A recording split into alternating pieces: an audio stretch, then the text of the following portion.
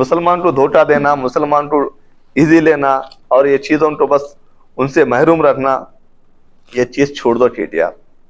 आपको कोई मुसलमान तरक्की कर रहा तो आपको बर्दाश्त नहीं होता। सुबह शाम उठे बैठे मेरे बारे में मीडिया में बात कर रहे हैं आप। क्यों? तकलीफ क्या है कि एक मुसलमान जो बच्चा जो हुकूमत के साथ कोऑर्डिनेशन करके अपने लोगों का कुछ फायदा कर रहा है, वो आपको डाइजेस्ट नहीं हो रहा, आपको बर्दाश्त नहीं हो रहा। तो आप जहां मिले वहां मिले, मौका मिले तो आप मुझे गाली दे रहे।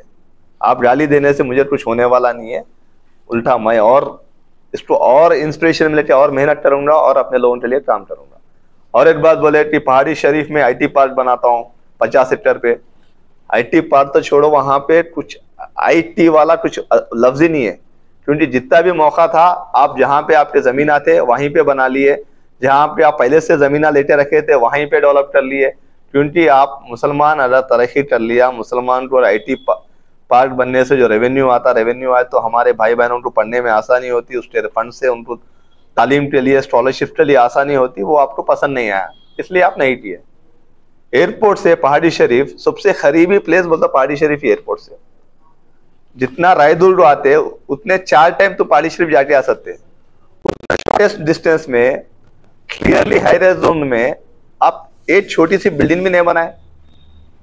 वजह क्या थी कि मुसलमान इंप्रूव नहीं होना, मुसलमान तरक्की नहीं करना, आपका एक ही एजेंडा है, मुसलमान डेवलप नहीं होना। अगर मैं गलत बोल रहा हूं तो आप मुझे बोलिए क्या वजह थी नहीं बनाए आप। एयरपोर्ट से क्लोजेस्ट डिस्टेंस में कोई भी इंसान जब आप बोले IT पार्क बनाते क्यों नहीं बनाए? आपको पूछे थे मुसलमान आके वहां पे IT पार्क बनाओ बोल के? आप बोलते, भटकाते, बस धोखा देते। ये आपका अब ये रेगुलरली बना लिए। और एक बात बोले मुझे मुसलमान नौजवान भाइयों को बेरोजगार भत्ता देता हूं बोल के, ये 2018 में आप बोले कैबिनेट में डिसीजन लिए बोल के, 2018 अक्टूबर 18 को बोले कि मैं 3016 रुपये में मुसलमानों को, नौजवान बच्चों को भत्ता देते बोल के, क्यों नहीं दिए? तो मतलब मुसलमान बस यहाँ वहां तंगी की हालत में नहीं कर देना, उसका जो हक है, उसका जो इक्वालिटी राइट है गवर्नमेंट में, उसको जो शेयर आना है वो शेयर भी आप नहीं दिए, वो भी धोखा दिया आप। और सबसे बड़ा तो उनके बेटे बोले, वो टाइम के म्युनिसिपल मिनिस्टर, बल्दिया मिनिस्टर बोले कि मैं 540 करोड़ लगा के मूसी पे 14 ब्रिजेस बनाता हूँ बोल के बोले। ये भी आपको पेपर में दिखा रहा हूँ, 14 ब्रिजेस बनाता हूँ बोले। कितना बनाते तो कितना ट्रांसपोर्टेशन इजी रहता था, कितने मेरे भाइयों को यहाँ पे जॉब करना आसानी रहता था, मेरे बहनों को कॉलेज में आना आसानी रहता था, वो भी नहीं किया आप। हम परसुम फाउंडेशन डाले मीरारम टैंक के ऊपर, आप देखो यहाँ से बराबर 2 साल में आपको इतना बेहतरीन ब्रिज बनेगा, लंदन के मुकाबले का ब्रिज बनेगा। वो बने बाद में वहां पे वोट पूछने आते हैं, और आप क्या करें? धोखा दिए, ये ब्रिज बनाता हूँ, वो ब्रिज बना। आप पूरा जितना भी डेवलप करना है अपने एरिया में डेवलप कर लिए, आपके लोग जहां रहते हैं वहां डेवलप कर लिए, आपका बिजनेस जहां पे रहता है वहां डेवलप कर लिए, पर मूसी में 1 रुपए का भी खर्चा करके आप ब्रिज नहीं बनाए। और एक बात सबसे गहरी बात है कि दारुशफा, खिलवत, चार मीनार के पास आप बोले पार्किंग कॉम्प्लेक्सेस बनाता हूं बोल के, वो भी आप, वो भी आपका झूठ। ऐसे झूठ बोलते गए तो आप इतने झूठ है आपको, आप खाली झूठ की बुनियाद पे ही अपनी इमारत खड़ा कर लिए थे। पब्लिक उसको समझ गई, इसलिए आपको घर में बिठा दिया।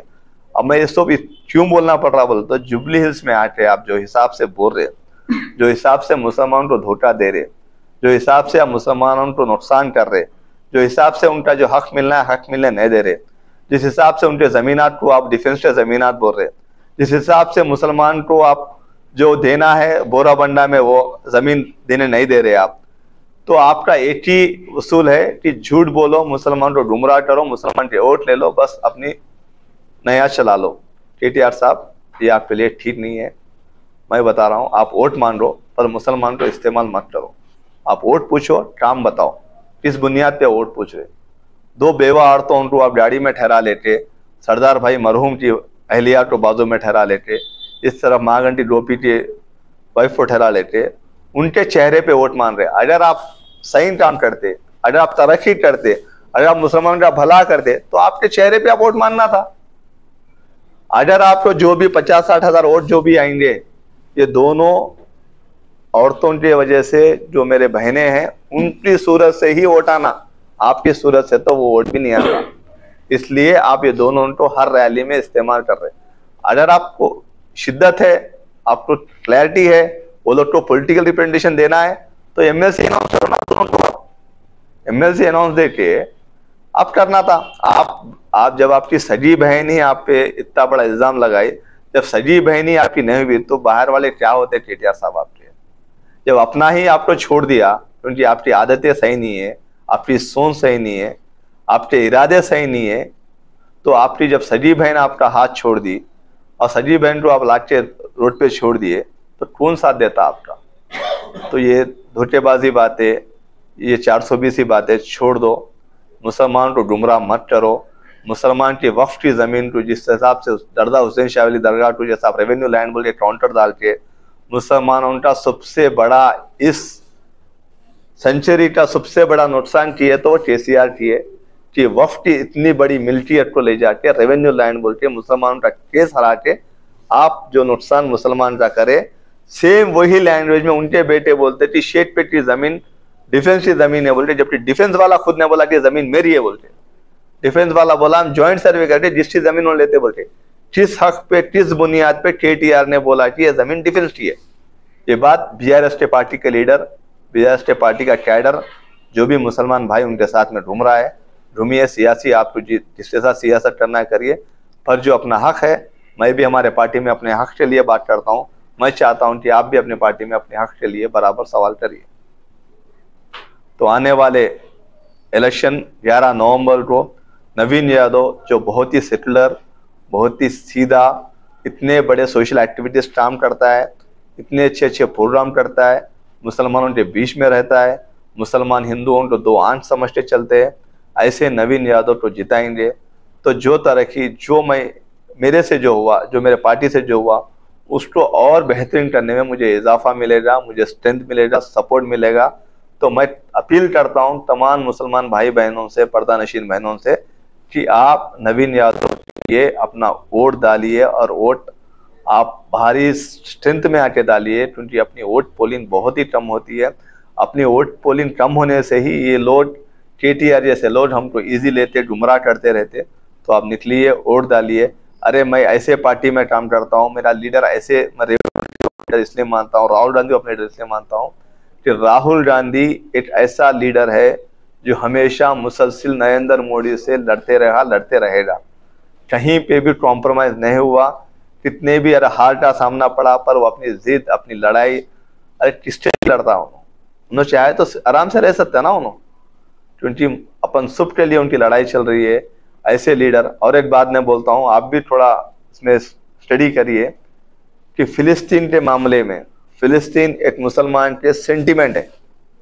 फिलिस्तीन के मामले में ओनली गांधी परिवार जो बोल्डली ट्वीट करते हैं खिलाफ इजराइल के, आप जाके उठा के देख लीजिए। आप कौन सी पार्टी का लीडर फिलिस्तीन के फेवर में मैसेज करता है, देखो आप। यही प्रियंका गांधी है, यही सोनिया गांधी जी है, जो फिलिस्तीन के मुसलमान भाइयों के साथ में खड़ी रह के, जुट के, उनका सपोर्ट करते हुए ट्वीट किए। ऐसी पार्टी में मैं मेंबर रहना और ऐसी पार्टी में काम करना, मैं अपने आप को बहुत फख्र महसूस करता हूँ। यही मेरे कायद रेवंत रेड्डी साहब है, जो मुसलसल 2009 से जब से वो कोडंगल में जीते, हर साल 5 लोग को हज भेजते, 5 लोग को उम्रा भेजते। आप बताओ कौन से, मैं तो बोल सकता हूँ कि मुसलमान एमएलए रह के भी ये स्कीम नहीं है जहां कोडंगल में 2009 से चलने तैयारी है।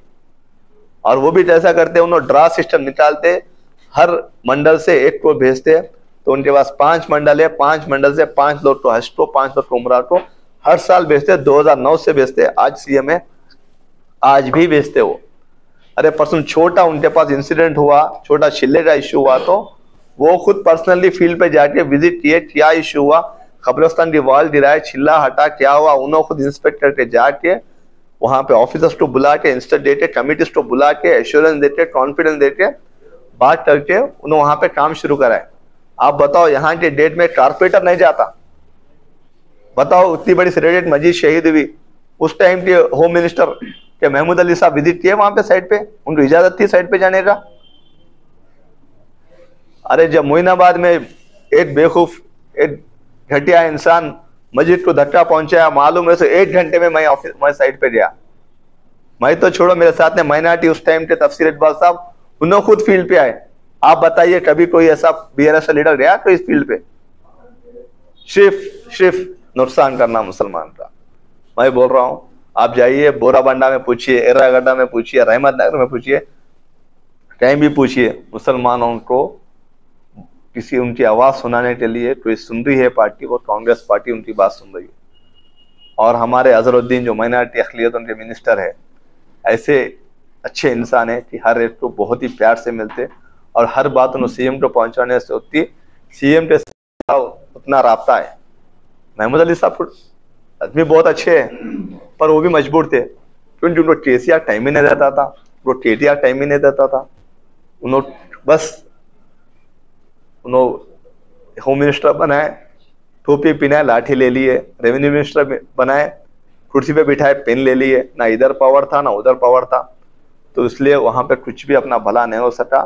ये 2 साल में हम क्या किए आपको बोला, इस अल्टरनेटिव उस पे ही बुनियाद पे जुबलीज में हम वोट पूछ रहे, वरना हम वोट भी नहीं पूछते थे। मैं चाहता हूं कि हर कोई मुसलमान बाहर आए, नवीन यादव को सीरियल नंबर 2 पे अपना वोट दीजिए। कोई सवाल करना चाहे तो कर सकते। बिस्मिल्लाहिर्रहमानिर्रहीम, अस्सलाम वालेकुम। आप सब यहाँ पे आए, अपना टाइम निकाल के बहुत बहुत शुक्रिया। मैं कुछ खुसूसी और इम्पोर्टेंट इश्यूज को आपके सहारे से लेके तमाम आवाम, तेलंगाना की आवाम के लिए कुछ इश्यूज को एनलाइटन करना चाहता हूँ कि पिछले 10 साल में बीआरएस पार्टी किस तरीके से, किस लिहाज से मुसलमानों को धोखा देके आई है, कितना मुसलसल धोखा दिए, और हर चीज़ एविडेंस के साथ में मैं दिखाता हूँ। आपसे भी गुजारिश है कि मैं जो एविडेंस दिया उसको आप डिटेल में तहकीक करके आप टेलीकास्ट कीजिए या पब्लिक के बीच में ले जाइए। कोई भी चीज़ बिना सबूत के, बिना बेबुनियाद चीज़ में बात नहीं करता, कभी किया नहीं, कभी करता भी नहीं। तो हर चीज़ जो पेपर में कवरेज हुई वो टाइम पे, उसके सहारे से ही आपको मैं बताऊंगा। झूठे वादे मुसलमान को जिस तरीके से धोखे दिए, सबसे पहले 12% रिजर्वेशन 9 नवंबर 2017 में किया गया वादा, असेंबली के डयास से बोले, असेंबली के प्लेटफॉर्म से बोले कि हम 12% मुस्लिम रिजर्वेशन देंगे और चाहे कुछ भी हो जाए, मैं किसी से भी लड़ना पड़े तो भी लड़ूंगा और इसको मैं लाऊंगा बोल के बोले। ना वो लड़े, ना लाए, ना इसकी पहल भी किए, ना कभी जाके वो प्रेसिडेंट ऑफ इंडिया से इस सिलसिले में मिले। ये सबसे बड़ा धोखा मुसलमानों को दिए। जो पिछले 4% रिजर्वेशन जो मुस्लिम्स को राशिदी के पीरियड में दिए, वही मुसलसिल वही रिजर्वेशन मुस्लिम्स के लिए चल रहा है। उसके सहारे तमाम अपने भाई बहन तकरीबन लोग मेडिकल में, इंजीनियरिंग में सीट्स हासिल कर रहे हैं। वही 4% रिजर्वेशन जो कांग्रेस दिया, उस पे ही अब जो रिजर्वेशन चल रहा है मुस्लिम के लिए वो 80 है। इनका 12% रिजर्वेशन आया नहीं, ना गया, ना कुछ हुआ। 12% और 4% में 1% इजाफा भी नहीं किए। 12 तो दूर की बात है। ये भी मेरे मुसलमान भाई बहन इसको खुसूसी इस पे सोचना चाहिए। और सबसे बड़ी गहरी साजिश के तहत जो नुकसान मुसलमानों को पहुंचा है, वो 8 मस्जिदें शहीद किए, बुलडोजर चलाए उस पर। और इसके लिए भी आपको मैं प्रॉपर पेपर के साथ, न्यूज़पेपर में जो आया उसके साथ दिखा रहा हूं। आप देख लीजिए कि किस तरीके से मुसलमानों के मस्जिदों पे बुलडोजर चलाए। केसीआर की government ship bulldozer expert government थी, और वो बुलडोजर शिप मुसलमानों के इबादत गाह पे ही चलते थे। चाहे वो सिरडेट की मस्जिद, और सिरडेट की मस्जिद में बुलडोजर तो छोड़ो, बुलडोजर चले बाद में विजिट करने के वास्ते भी मौका नहीं दिए। कितनी आलीशान मस्जिद थी, उसको लाके छोटी सी मस्जिद बना दिए। उसमें हम हुकूमत में आए बाद में उल्टा एक्स्ट्रा वजू खाना बनाया, उसको उल्टा एक्स्ट्रा शेड डाल के दिए। हम हमारे पर्सनल फंड से दिए, सो है वो भी कुछ अपने लोगों को रिक्वेस्ट किया, दीदी किया, रिक्वेस्ट किया, तो लोग खुद आगे आके वो मस्जिद को एक्सटेंशन, मस्जिद में जो पानी की जो किल्लत थी, जो वजू खाने किल्लत थी, वो बना के दिए। तो इतनी बड़ी मस्जिद छोटी सी मस्जिद बना के वो भी सिरडेट के बाहर, हुदूद के बाहर रख दिए। पहले की मस्जिद हुदूद के, सिरडेट के अंदर थी मस्जिद, उसको बाहर लाके कर दिए। ये केसीआर का सबसे बड़ा कारनामा है। वही वजह है, यही 8 मस्जिद की जिम्मेदारी की जो हरकत की है उन्होंने, जो गलत काम किए, अल्लाह की मार पड़ी। उन्होंने अपने कुर्सी से हाथ धोना पड़ा। अगर वो ये नुकसान नहीं करते तो शायद कुछ और अंजाम होता था। ये नुकसान करे, जितने 8 मजीद किए, 8 पुश्ते उनकी कभी सियासत में सीएम नहीं बन सकते। और एक बोलते हुए तकलीफ हो रही, क्योंकि मैं समझ सकता हूं जिनके घर में ये हादसा हुआ उनके दिल पे क्या बीती होंगी। नौजवान बच्चे आलर एनकाउंटर में जिस तरीके से हथकड़ी में थे, कहीं जा नहीं सकते थे, हिल नहीं सकते थे, उनका एनकाउंटर कराया गया। ये बच्चों को अभी तक इंसाफ नहीं मिला। और मैं ये इस हुकूमत में मैं डेफिनेटली सीएम साहब को एक रिप्रेजेंटेशन दूंगा, इस पर डिटेल इंक्वायरी कराऊंगा। वो टाइम पे जो जो जिम्मेदार थे पॉलिटिशियंस, उनके ऊपर एक्शन लेने के लिए मैं सीएम साहब को इसका मुकाबला करूंगा। डेफिनेटली ये लोग को जस्टिस होना है, जस्टिस करवाएंगे। और इस जस्टिस के लिए मैं चाहता हूँ कि तेलंगाना का हर नौजवान बच्चा, हर मुसलमान इसमें मेरा साथ दे। इसमें ये लोग को अपन इंसाफ दिलाने की जिम्मेदारी है। अब और एक सबसे बड़ी बात ये बोले कि इस्लामिक सेंटर बनाऊंगा, ये बनाऊंगा, वो बनाऊंगा। वो अपने जाती मफाद के लिए क्या क्या बना लिया आपको सबको मालूम है। मैं कोई किसी के कम्युनिटी के बारे में बोल नहीं सकता, पर मेरे कम्युनिटी में जो नाइंसाफी हुई, इस्लामिक सेंटर को 42 करोड़ सैंक्शन करके बना तो मुल्के बोले, ये भी असेंबली में ही बोले। ये जितने भी झूठ बोलते पूरे असेंबली में ही बोलते, ये कहीं यहाँ वहां नहीं बोलते, असेंबली में झूठ बोलते। दूसरे दिन पेपर में आता, उसका आज तक पेपर पे ही रहा, वहां पे भी जाके देखो ना, उसका कोई पुरसाने हाल भी नहीं है। और एक चीज जो हमारी अपनी मिल्कियत है, जो हर मुसलमान का हक है, वो है वक्फ की जमीन। हमारे बड़े बुजुर्ग जो वक्फ करते, जो वक्फ किए, उसकी जायदाद के कैसे धज्जियां उड़ाए केसीआर गवर्नमेंट, ये एक ही सबूत आपके सामने है। जब वो 2014 में वक्फ जब सीएम बने, जब 77,538 एकड़ जमीन थी, जब वो कुर्सी से हटे 57,426 जमीन गायब हो गई वक्फ के रिकॉर्ड से। ये भी आपको प्रॉपर एविडेंस के साथ में मैं दे रहा हूं। इसका डिटेल स्टेप पे भी डिटेल इंक्वायरी करवाते, और जो नाजायज के वक्फ की जमीन पे कब्जे पे जो काबिज है, उनको सबको वहां से निकाल कर वो जमीन वापस लेके जो मुसलमान का हक है, जो बराबर जिसको जाना है उसको जाएगा। क्योंकि दरगाह हुसैन शाह वली की जो केस था, वो केस में एफिडेविट था सुप्रीम कोर्ट में केसीआर कि ये जमीन वक्फ की न होती, रेवेन्यू लैंड है बोल के। इतने तो धोखेबाजी मुसलमान के साथ केसीआर किए। आपको बहुत जल्द वो जो डॉक्यूमेंट जो डाले, काउंटर डाले, और काउंटर कॉपी भी मैं अपने सबके बीच में लगाता हूँ कि कैसे वो वक्फ की जमीन नहीं होती, गवर्नमेंट की जमीन है। सेम उसी तरह उनके फर्जन केटीआर हाल ही में शेखपेट में जो कब्रस्तान दिया गया वक्फ की डिजिट के हिसाब से, वो वक्फ की जमीन है, डिफेंस की जमीन है बोलते। उनके वालिद साहब बोलते दरगाह की जमीन वक्फ की नहीं है, रेवेन्यू की है बोलते। बहरहाल ये लोग बाप बेटे हमेशा वक्फ की जायदाद के खिलाफ ही थे। वक्फ की जायदाद कभी भी मुसलमान को उनका जो हक है उनको मिलने नहीं दे रहे, उनको हमेशा महरूम रख रहे। अल्हम्दुलिल्लाह मैं आपसे बोल के खुशी से बोल सकता हूँ कि जो केटीआर ने जो बोला कि शेखपेट में जो कब्रस्तान की जगह है डिफेंस की है, 2 दिन पहले डिफेंस, रेवेन्यू, वक्फ बोर्ड तीनों मिलकर ज्वाइंट सर्वे किए।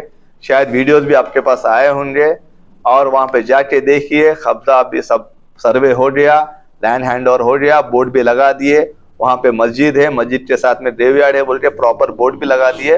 वो लोग, मैं चाहता हूँ कि आप लोग पर्सनली जाए, विजिट करिए, जाके उसका वीडियो ला के वो जो बेवकूफ जो बोले कि डिफेंस की जमीन है, उनको बताइए। और उनके पीछे जो अपने भाई उनके पीछे जो घूम रहे हैं, उनको भी मेरा एक मशवरा है कि आप मशवरे अच्छे दो, पर वक्फ की जमीन को गवर्नमेंट के हवाले करने में आप अपना साथ मत दो उनको। ये अपनी मिल्कियत है, अपने साथ ही रहना है, अपने आने वाले जनरेशन के लिए हो रहना है।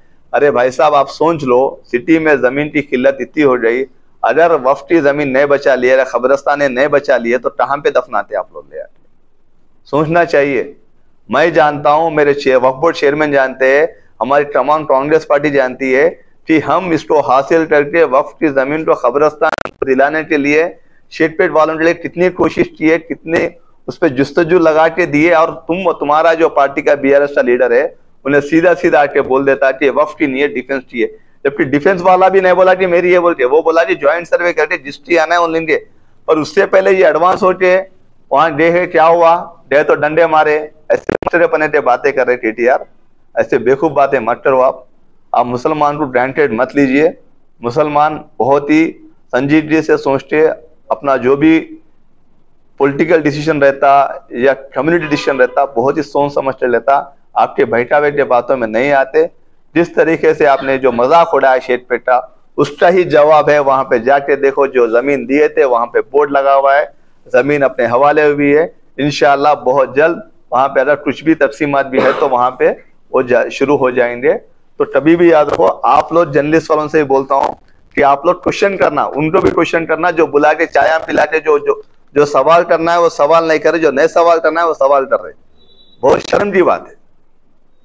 और एक बात, दरगाह जहांगीर पीर उधर बोले कि मैं आपको वहां पे 50 करोड़ से डेवलप करता हूं, कोई पूछे थे उनको कितने करोड़ से डेवलप करते बोलते, क्यों जाके मजाक उड़ा रहे जाके, 50 करोड़ से डेवलप करता हूं बोल के 50 रुपए भी नहीं लगाए वहां पे, और जाके खुद चादर चढ़ाए। ये भी मैं पेपर आपको दे रहा हूं, उस दिन डेट के साथ बोल रहा हूँ, 10 नवंबर 2017 को दरगाह जहांगीर पीर पे जाके खुद चादर चढ़ाए।